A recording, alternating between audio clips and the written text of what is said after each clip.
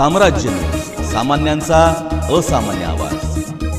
बाबा कादरी मस्जिद आणि पंजाब तालीम परिसरात झालेल्या दगडफेक प्रकरणी फौजदार चावडी पोलीस ठाण्यात 25 जणांवर गंभीर स्वरूपाचे गुन्हे दाखल करण्यात आले आहेत। यातील एकाला अटक करण्यात आली आहे। रविवार 25 मे रोजी रात्री 9:30च्या सुमारास बाबा कादरी मस्जिद येथे 2 गटात वाद झाला। वादाचे परिवसन दगडफेकीत झाले। त्यानंतर पंजाब तालीम परिसरात हाच गट आमने सामने आला। यावेळी मिळेल ते साहित्य एकमेकांच्या दिशेने भिरकावण्यात आले। यात दगड, वीट, पेवर ब्लॉक, काठ्या वापरण्यात आल्या। त्यामुळे परिसरात तणावाचे वातावरण निर्माण झाले। परिसरातील नागरिकांनी दुकाने बंद केली। त्यानंतर पोलिसांची कुमक दाखल झाली। पोलीस उपायुक्त विजय कबाडे यांनी घटनास्थळी येऊन शांतता बाळगण्याचे आवाहन केले।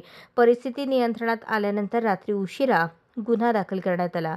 गुन्ह्याचे वृत्त नरेश मस्के यांनी फिर्याद दिली।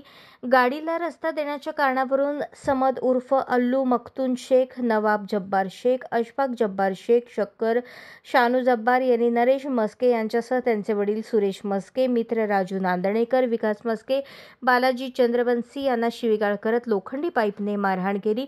त्यानंतर त्यांच्या सोबतच्या 15 ते 20 लोकांनी घरावर, गल्लीतील ऑटो रिक्षा, 4-5 दुकानात, 4-5 दुचाकी वाहने यांच्यावर दगडफेक केली। त्यानुसार फौजदार चावडी पोलीस ठाण्यात गुन्हा दाखल करण्यात आला आहे। आरोपींपैकी अशफाक जब्बार शेख यास अटक करण्यात आली आहे।